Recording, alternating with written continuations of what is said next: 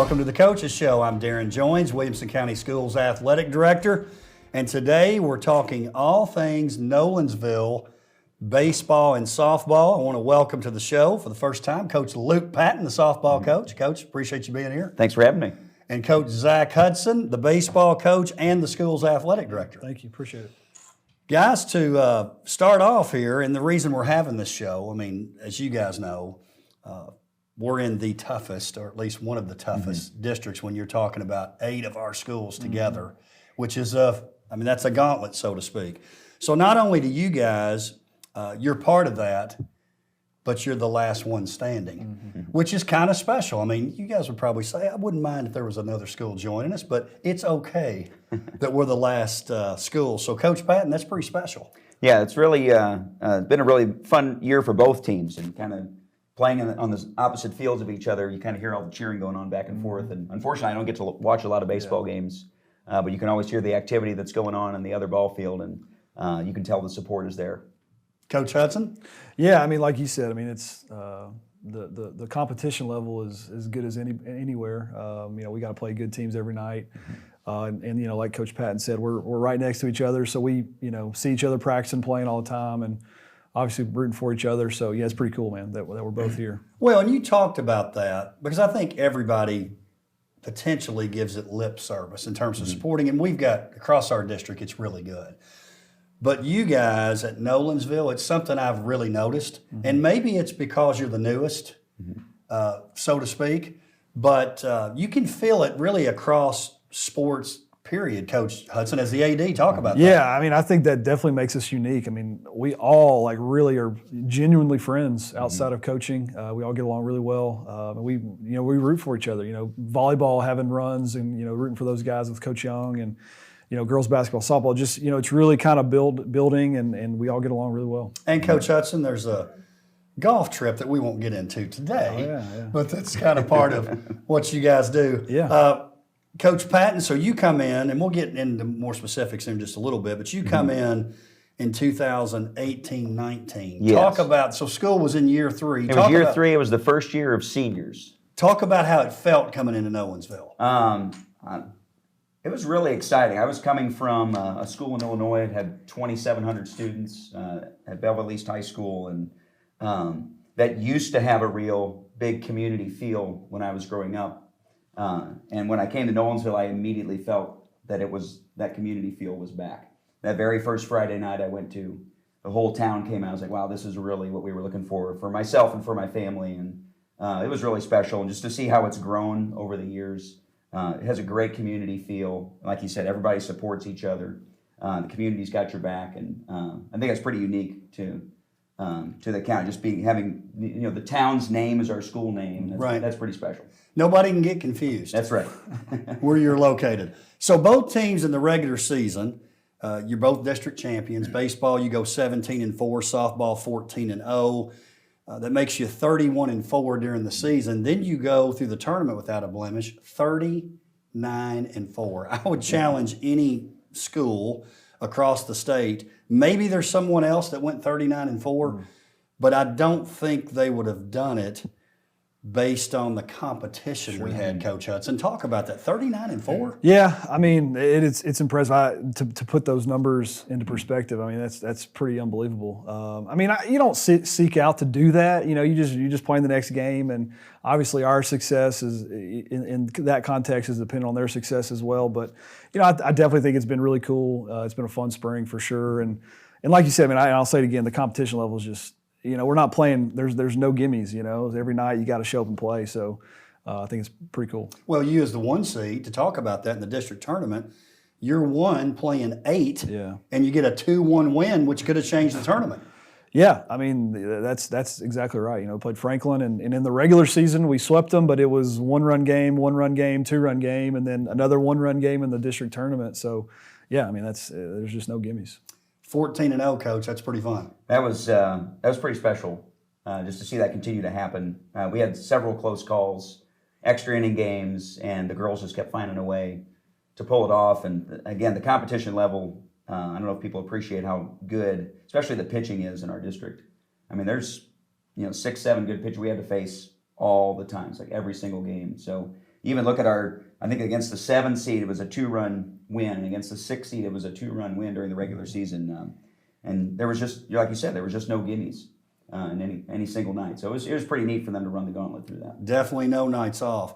Now let's back up just a little bit. Start with you, Coach Hudson. Tell our audience a little bit about your background. Yeah. You were at Nolensville. You are the Nolensville baseball coach, at least at this point. But talk about your prior experience, where you came from. Yeah, so I grew up close. I grew up in Nashville, went to Overton High School, played baseball at MTSU after that. And then I started out at Summit High School as an assistant coach. And you know, I think I have a unique perspective because I was a part of that school opening as an assistant coach.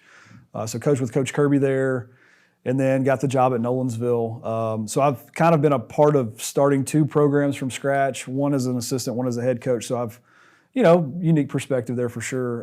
But yeah, it's been cool, man, to see it evolve and grow. And you know, like Coach Patton said, just the community feel is still very evident. Even as we grow, it still feels like a small, tight-knit community. So it's been fun.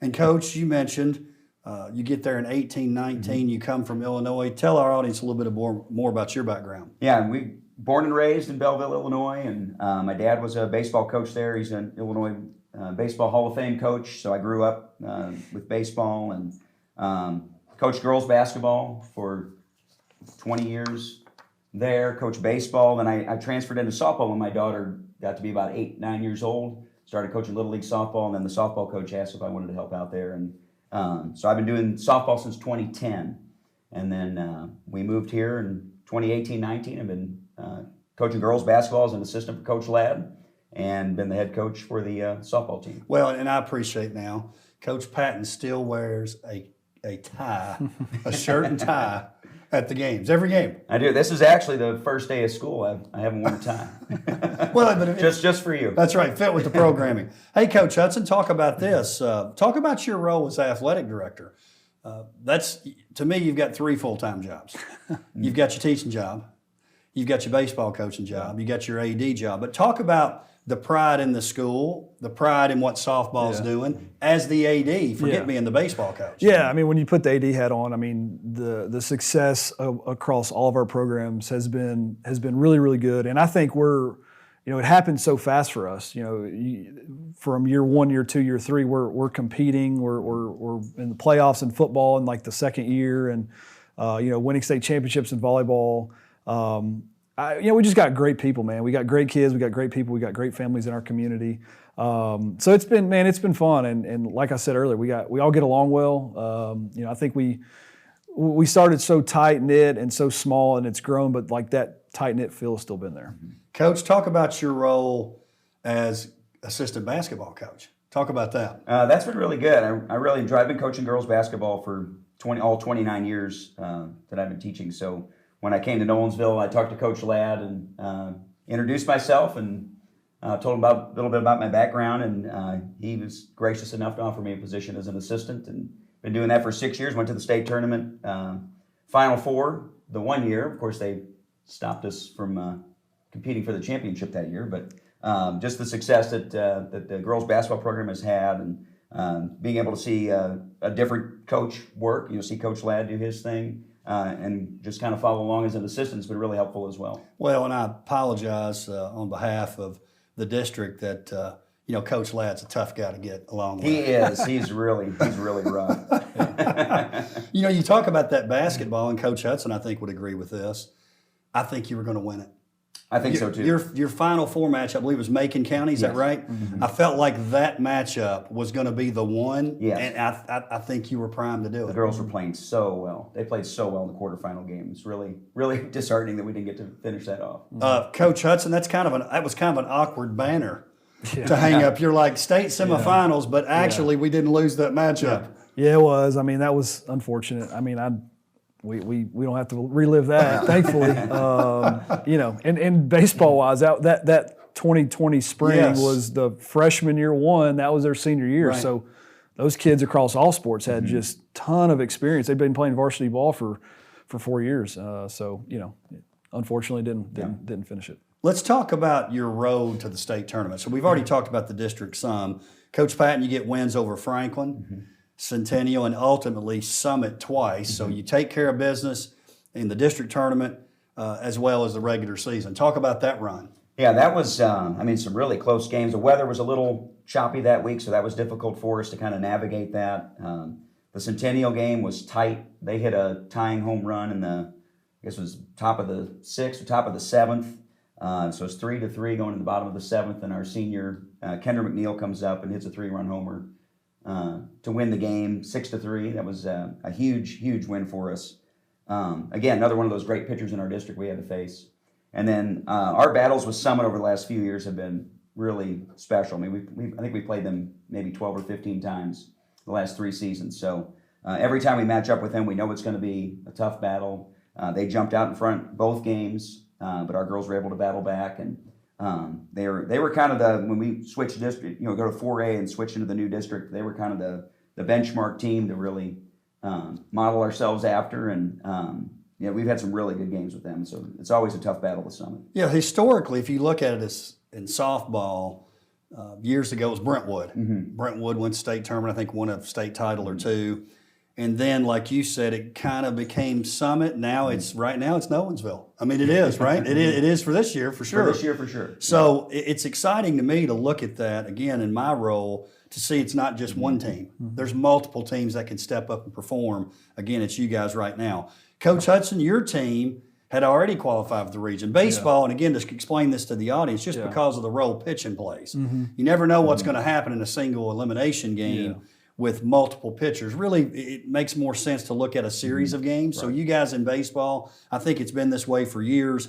If you win the regular season, then you advance to the region regardless of what happens in the tournament. Right. But something I noticed, Coach, and we talked about this a little bit before the tournament, it seems like to me, and I'd have to think back, the regular season winner doesn't typically win the tournament. It's not that you're throwing off or anything like that, but for your team to win the regular season and then to go undefeated in the tournament too, again, pretty special. Yeah, it doesn't happen very often. But yeah, we feel like as a group of coaches, when you're playing 21 district games over the course of the season, if you prove over the course of those 21 games that you're the best team and you win it, then you should get a bid to the region. So that's what we decided to do. I think it's the right thing to do.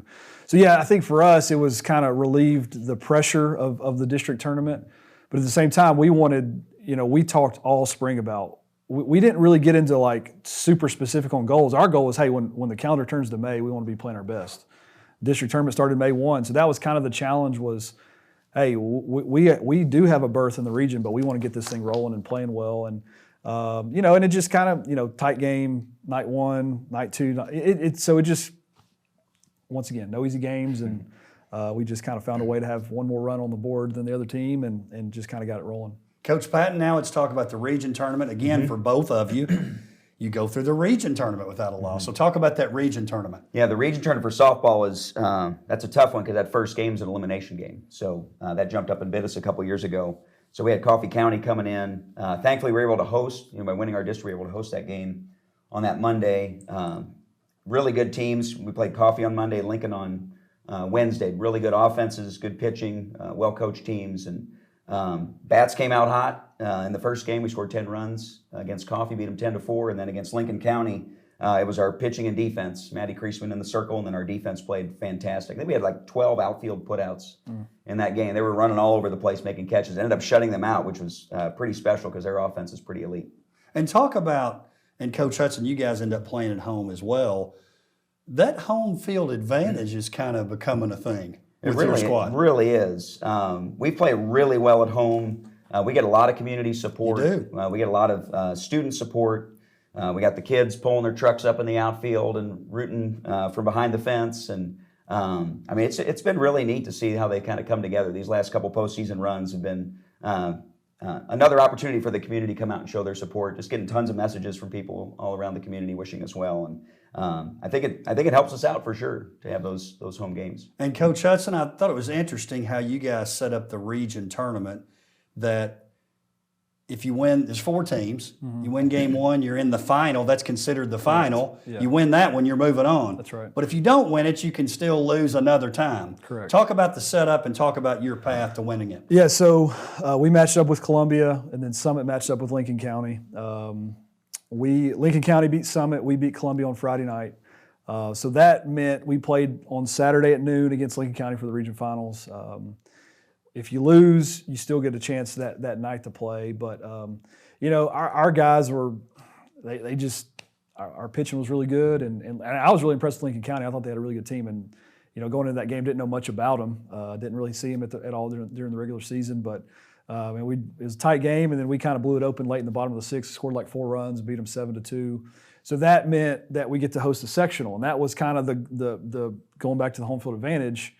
That was kind of the caveat there, was like, hey, I know if we lose, it's not over with, but hey, we want to host, and so that was a good motivator for them. Well, and talking about that Columbia matchup, they're another team. I mean, maybe it's not a baseball brand that everybody recognizes, but they're no pushover either. Oh, no, not at all. They were really good. They were in our district last 2 years, and when we started looking at them, it's all the same names that had been playing for 2 years. I mean, those guys were young then, they were young last year, and this was kind of the year where they weren't a young team anymore, and so they were really good, well coached. It was a tough challenge for us. We beat them 4-1. Chase Clater threw that game through really well. So we just found a way. And look at your sport, Coach Patton. Historically, the rural school systems, softball's a sport they typically are pretty darn good. Absolutely. So no pushover for you either. I mean, it was rough, and we had to go. It was Lincoln County's year, District 9's year to host that region championship. So we had to travel on the road for that game, and they had a great crowd too. Their bleachers were full. They had the whole outfield fence lined and ready to go for that game. I'm just so thankful that Maddie stepped up and our defense stepped up. And we kind of kept them quiet throughout the course of the game. Well, you score early. Well, right. I mean, you talked 2 about runs in the first. That's right. Yeah. So that's big when you're the road team. Big time.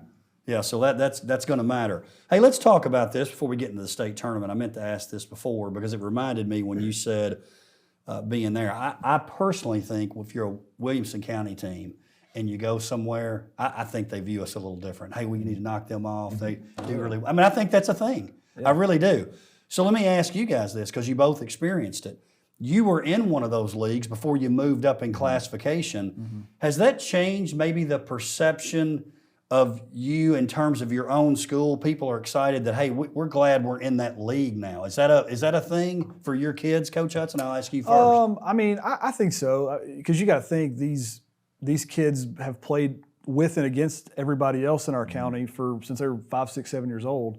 So I think it is. I think it's just they've played with them and against them, and I don't know that it's like legitimizes us, but I think probably there is a level of that. So I think they're excited to play against their buddies and guys they know well. Well, and your teams, I've watched your teams, both of you, over the years. It's not like you weren't good enough to beat the WCS. You just weren't in the same league. That's right. And at the time you were smaller in terms of your numbers. Now it's a little bit different, but you don't really know until you really play. Sure. And that's your own team as well as the people you're playing. Have you noticed that too, Coach Pat? Your kids excited that, hey, this is the league we're in now and we like that? Yeah, I think so. I think they do. I know they don't mind the shorter trips we have to make. Having to drive down to Giles and Marshall and all those long road trips every week kind of wore on us a little bit. But yeah, I think they are excited. I think they do talk about it. And like he said, these days these kids know everybody in the county. They played with them and they've played against them and they've gone to school with them in a lot of cases in the past. So it is kind of neat. It's pretty special to be grouped with all the Wilco teams. Coach Hudson, that Marshall County rivalry had a little bit to it too. I mean, really, maybe for you, but just the school in general. Yeah. That felt like, to me, your rival before you moved. Is that close? I think that's fair. Football, we're in the same region with them in football, and then baseball, basketball. So I don't know if it was the same for the girls' sports, but the guys' sports was definitely some bad blood there. So there was a rivalry for sure. Agree with that. Was it Marshall? We really had to duke it out with Forest. They were the Class 2A, the class of Class 2A for all those years that we were in the same district as they were. So we had a lot of knockdown dragouts with Forest. Well, kind of like you guys do with players that graduate from other teams and move on. I think Forest was probably happy to get rid of us. Oh yeah, I think so too. I think they all and were. Marshall County. Yeah. See you guys later. It's been great. See you. Yeah. All right, let's talk about your sectional matchup. Let's start with softball. Coach, you're down 2-0 early, and here's a brand. Mount Juliet's a softball brand. If you're talking about Wilson Central, Beach, Mount Juliet, those are brands that have been around a while. You're in year 8. They've been around forever. You go down 2-0 early.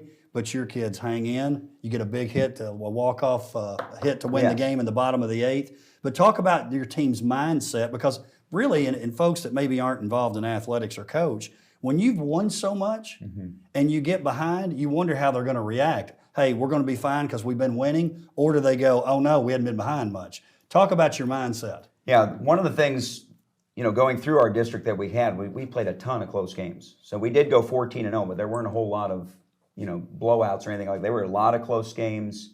We were behind several times, several extra inning games. So we had to go through that. I think the girls really had a great approach all season long of taking it just one pitch at a time, one inning at a time.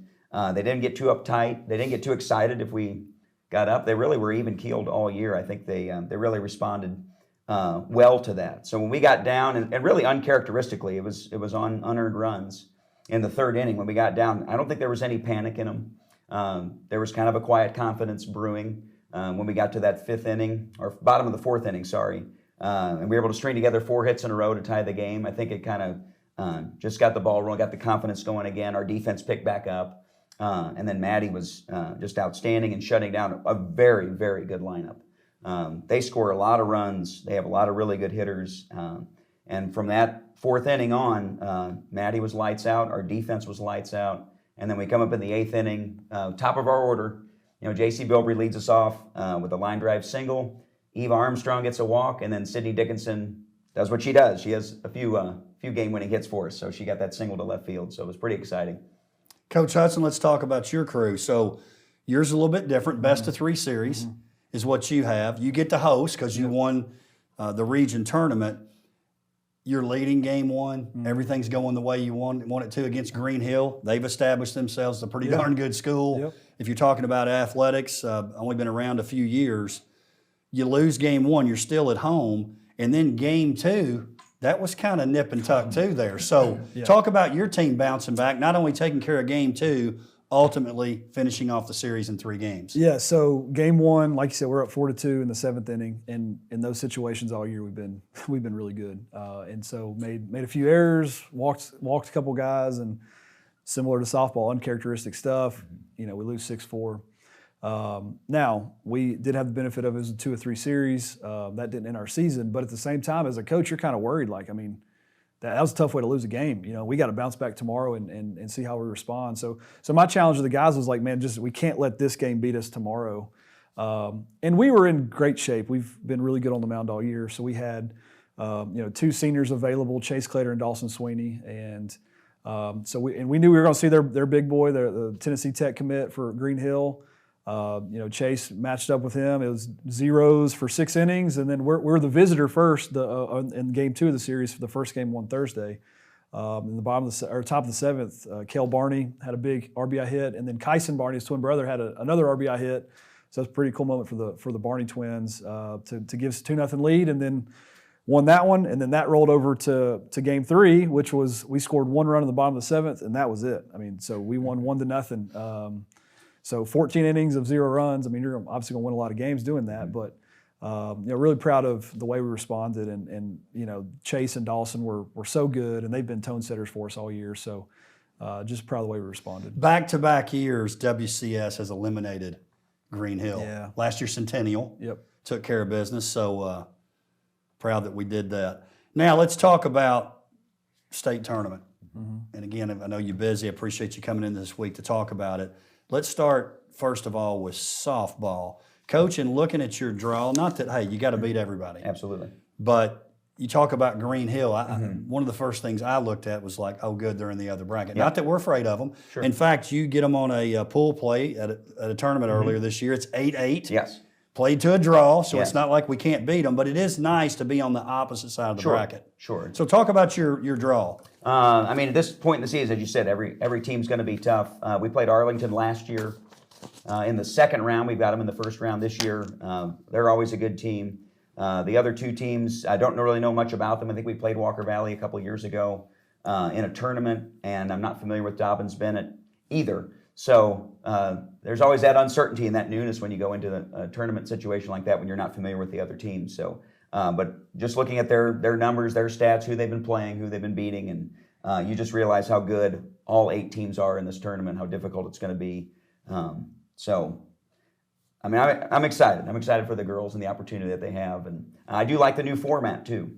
Softball's now same as baseball. We're going to be in 2 4-team double eliminations to get to the championship game, which will be at MTSU. So that'll be really neat for whatever 2 teams are able to get out of their brackets. You take care of your bracket, you're good to go. That's right. And you like that. You're part of the bracket. Let's talk about the boys' side, Coach. And I like this. To me, I thought you sent, and you and I haven't even talked about this, but I felt like you sent a message to your team by scheduling Farragut. That you said, hey, this has been kind of the team. Yeah. They've got 7, 8, 9 guys committed to play at the Division I level. Yeah. And what do? You take off from the 21 game schedule in the district and you schedule Farragut. Yeah. Talk about that. Number one, them being on the opposite side of the bracket, but number 2, playing them during the regular season. Yeah, we had an opportunity that presented itself to, we had a Friday open, they had a Friday open, and they were in town for a long weekend. And, I know the coach a little bit, not super well, but we kind of got connected, man, and it was just an opportunity we couldn't pass up. And like you said, I mean, I'd say for the last 20 years, they're the primo team in high school baseball in Tennessee. So yeah, it was a cool opportunity just to see how we stacked up. Number one, and we obviously respect them so much. I mean, for what they've done, we respect them a ton. But our guys weren't intimidated or anything like that. And they've got more than 7 or 8 or 9. They've got like 15, 20 D1, and it's crazy. I mean, I was talking to their coach, and their entire starting 9 is like D1, Mississippi State, Tennessee. It's really impressive. I mean. It's really cool that's all in one high school team. But we went toe to toe with them. It was 1-1 in the 6th. We made an error. They ended up beating us 5-1. But I felt like, and I was on the radio with Tate this weekend. I'm not a big moral victory guy, but I think we walked away from that thinking, we belong, and we can play with them, and obviously you got to go do it. But we were glad to have a chance to play them, and it'd be pretty cool if we got to see them again. Your side of the bracket, you start off with Oak Ridge, Arlington in your side, same as softball, Bradley Central. On the other side, Beach, Farragut, Clarksville, Siegel. And Coach Hudson, at what point, now Coach, you may not realize, he's got his hair cut a little bit closer than normal because he changed the colors. This must be a baseball thing. Once you make it to a certain level, at what level did you have to dye your hair? This was obviously a player-driven decision, and funny enough, my wife was the one that really pushed me to do it. So me and my 11-year-old got it bleached this weekend. He's stoked about it. I'm like, whatever, I don't really care. If it gets him excited, that's fine. So it's a little different hair color. Well, it's into school. You can put your hat on. That's right. You wear the hat, so it's no big deal. Yeah, that's a lot of fun. It really is. So let's talk about this. We haven't talked a ton about personnel, but I think both of your teams, when you see your teams performing and coming through, you see some of the same names. Talk about some of your personnel, Coach. It's really stepped up this year. You mentioned a few of them. Yeah, we've got 7 returning starters, so that's a big help to begin with. We got senior leadership from Kendra McNeil, Sydney Dickinson, McKenna Cupid are all multi-year starters.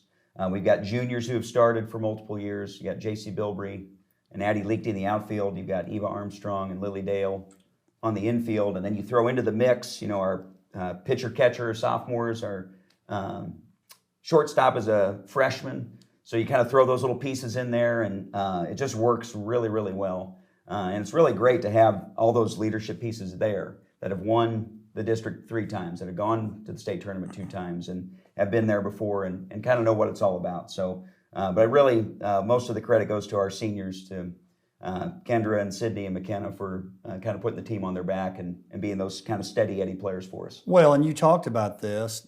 We don't want to fast forward to next year, but you're going to lose 7 seniors. It's pretty nice to know that you've got 3 seniors. 7 starters. 7 starters that came back, you mentioned, right? Correct, yes. But if you're going to lose some seniors, it's kind of nice to know that the pitcher's kind of important. Sophomore, catcher, sophomore, and you mentioned that youngster at shortstop. That's three pretty darn important positions on the field in softball. Very much so. We're super impressed with Maddie Kreisman this year, the way she stepped into the circle. We knew she was good. She pitched really well for us last year. She threw about 30, 40 innings between varsity and JV last year and threw really well. But still, coming into the season, you just weren't sure because Rylan pitched so many innings for us last year with 400 strikeouts or whatever it was. And so for her to step into the circle and to pitch as well as she did and as consistently as she did, just really settled everything down for us. And then we just kind of took off from there. So very excited to have those senior leaders kind of bring those younger kids along as well. And Rylan Smith, who you're referring to, she's done okay at Western Kentucky. Decent. All freshman Conference USA performer at Western Kentucky. Yeah, we're excited. Very proud of her. Very proud of her at the district level too. Coach, now talk about your squad. Again, some names, and there's a name, a last name we're familiar with. Yeah. That's meant a lot to Nolensville baseball. But talk about your squad a little bit. Yeah, we graduated a lot of production from last year. We knew coming into this year that our strength would be pitching, and that's, I think, probably similar. I mean, definitely similar to softball. That's where it starts, you know. And our kind of big four has been, you know, Chase Clater, Dawson Sweeney, Bo Holloway, and Tate Riggs, 3 seniors and a sophomore. So they've really been tone setters for us. You're referring to Evan McIlvain. Evan's a sophomore for us. His older brother, Ethan, graduated last year. He's pitching at Vanderbilt this year. Evan's had a great year as a sophomore. And I think, and I'm sure Coach Pat would agree with this, if you're good on the mound, you got to be good behind the plate too. And he's done a great job back there calling the game and kind of running the show, almost kind of the coach on the field for us. But really, and I think what has made our season unique is we've got seniors in the lineup who this is really the first year they've played. You know, I think about Keegan Meese, is our leadoff hitter, who's hitting like 350. I mean, last year we were DHing for him. I mean, he's always been a really good outfielder, but there were games last year where we're DHing for him. You know, Nathan Dunworth's having a great year. Dawson Sweeney as a hitter, Chase Clater as a hitter, Wes Davis, Jack Satinoff, Logan Sparrow as a pitcher. And really, I think it's been different guys at different times. So sprinkling some tremendous senior leadership with some young pieces, and I think it's made it a really special year. Well, and part of this probably is your youth in terms of physical development. When you look at your team, because I've watched the past several years, physically, this is not the most imposing team you've had. No, it's not. It really isn't. Our starting infield, and this is no knock on those guys, because I love them to death, and they know that, but our starting infield isn't very big. No, it's not. But you know, that's okay. We've won a lot of games with them, and but they've had a really good year. Well, gentlemen, appreciate you being here. Excited about the state tournament this week. Looking forward to watching you play. Looking forward to seeing you there. Thanks, Thank Darrin. you. Appreciate Thank it, you. man. Thank you for joining us for the Coaches Show. We'll see you next time.